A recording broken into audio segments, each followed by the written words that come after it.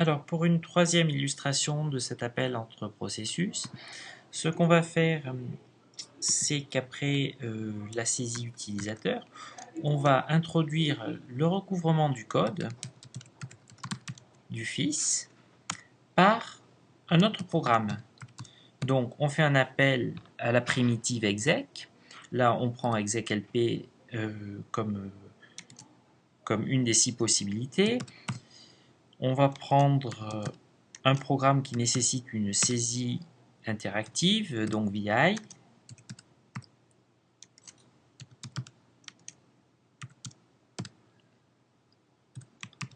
La primitive exec nécessite que le premier paramètre soit le nom du programme, le nom exécutable, le second l'argument 0 et ensuite éventuellement l'argument 1, l'argument 2, l'argument 3, etc.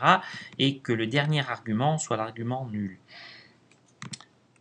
Elle peut très bien échouer. Si cette fonction, cet appel exec fonctionne, dans ce cas-là, le programme sera recouvert et ce qui suit, ça ne sera pas exécuté. Si en revanche cet appel exec échoue, on peut afficher un message d'erreur. Sur la sortie d'erreur standard,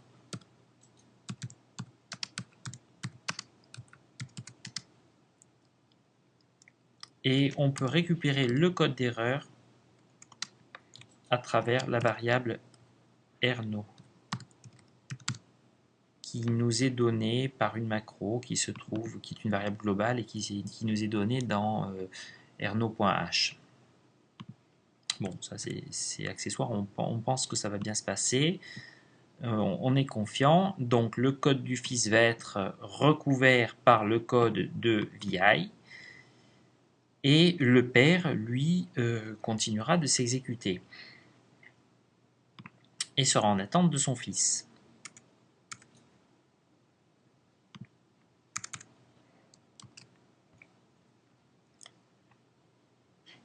On peut à nouveau compiler notre programme. Ah oui, c'est pas str, c'est stdr. Hein.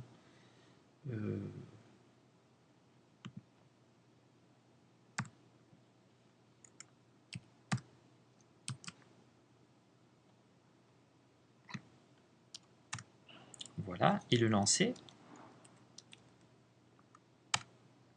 Donc, première étape, j'ai une attente bloquante d'une saisie. Deuxième étape, mon code en tant que fils est recouvert par le code de VI. Donc, je fais une saisie, pof, je suis dans VI.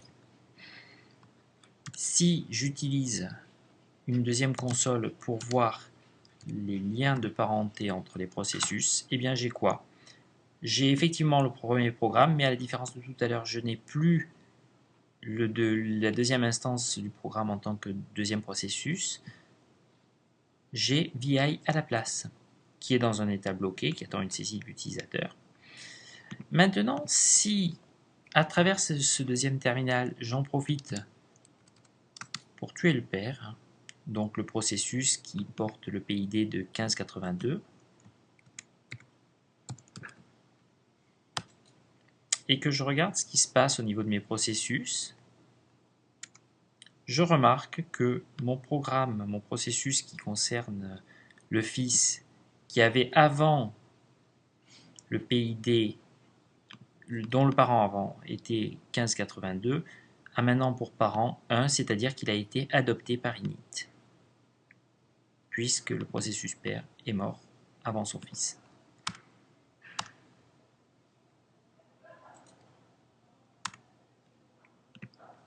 Voilà, donc c'était pour illustrer l'ensemble des mécanismes de création et de synchronisation des processus sous Unix.